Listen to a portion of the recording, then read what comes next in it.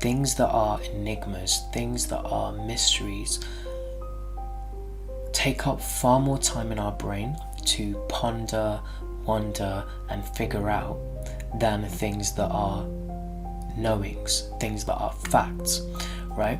So what I mean by this is, when you are trying to figure something out based on what's going on or how someone feels, you think about this far more than something that you are aware of. And things that take up capacity in your brain are more powerful. So when someone's feelings towards you are unclear, or there is a bit of ambiguity around it, you think about it far more. And due to this, I would always recommend that you do not tell someone you like them unless it comes to a pivotal point where they're going to walk away unless you tell them. The reason for this is, when someone knows you like them, it achieves two things, both of which are negative.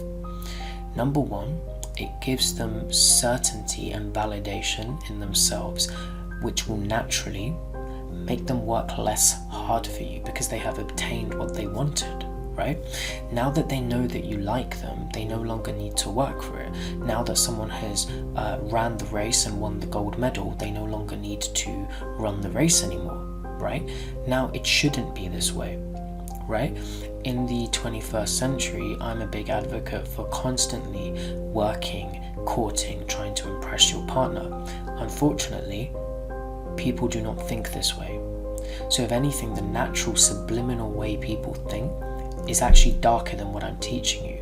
I'm teaching you a technique to reverse and to counter how people subliminally think.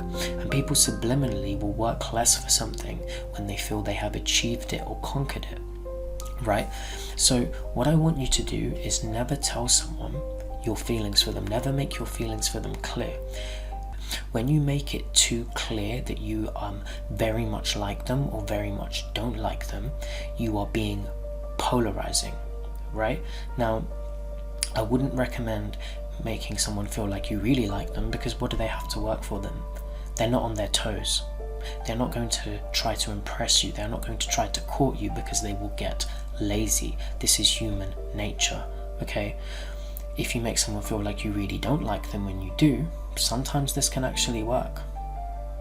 But I wouldn't recommend doing it, because it's just not nice, right? You want to throw a dog a bone from time to time.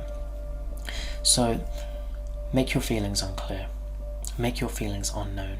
Make people think, does this person like me or does this person not? Because the more they think about you, the more attracted they are to you, okay? The more time you take up in their brain with them pondering, the more attractive you come across. You guys can already think of people where you were constantly wondering, do they like me or do they not like me? You're like, well, they done this, which means they might like me, and then they done this, which means they didn't like me. And those mixed signals in your head is what got you to invest more emotion into them, right? And again, let me be clear. The only reason I want you to make your feelings unclear is because the way people subliminally react when they know your feelings is bad. That is the dark thing, how we subliminally think when we know someone likes us. Whether we like them or not, we naturally attach less value to the fact that we need to work for them. It is that simple. You can sit here like an angel and deny it. But guys, the divorce rate is not 50% for no reason. Of the 50% that are together, how many cheat, right? One of the biggest reasons people cheat is they get bored of their partner. One of the biggest reasons people get bored of their partner is because they have achieved and conquered their partner.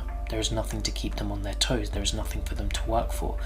So they want to chase something new. They want that excitement, that thrill, which is why if your feelings are unclear, you keep someone on their toes. They are forever chasing. They are forever courting. They are forever trying to impress. And you therefore don't need to run the risk of them getting bored of you.